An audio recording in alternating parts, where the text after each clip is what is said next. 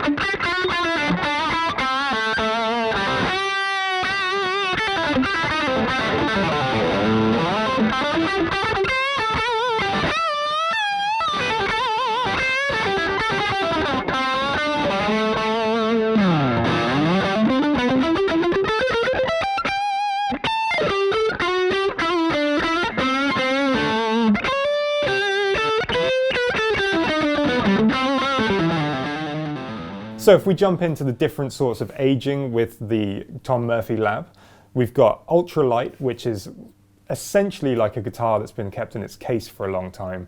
It hasn't been played very much, but it has worn over time. What that means is you're going to be getting finish checking on the top. You're not going to be seeing an enormous amount of neck or body wear, and it's just going to be authentically aged in that way, so it's not going to affect any of the playability at all. It's more of an aesthetic. So the next one is going to be light. This is obviously one higher than ultralight.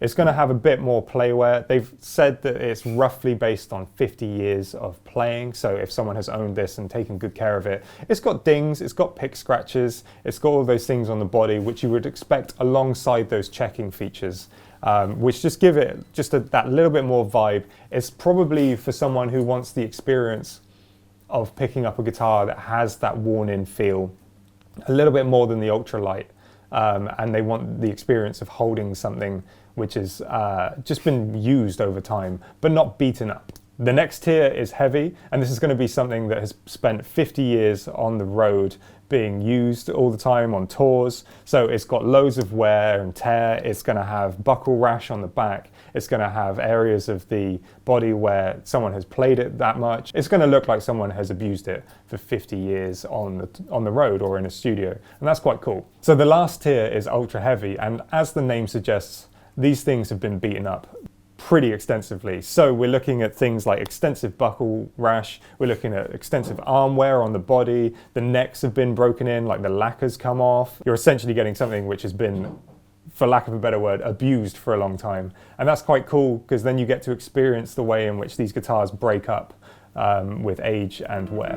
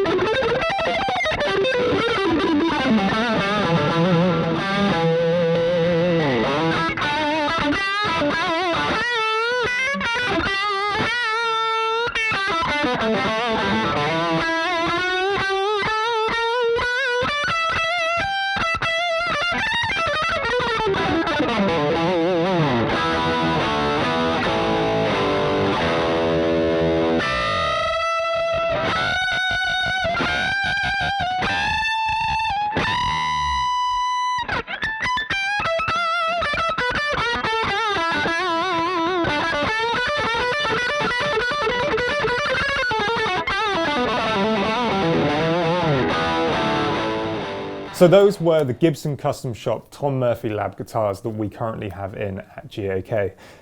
I really like these guitars for a number of reasons. Number one is that you're getting something that's a little bit different from other Relic jobs. So they've obviously spent a lot of time trying to perfect this stuff. You can see it on the nitrocellulose finish.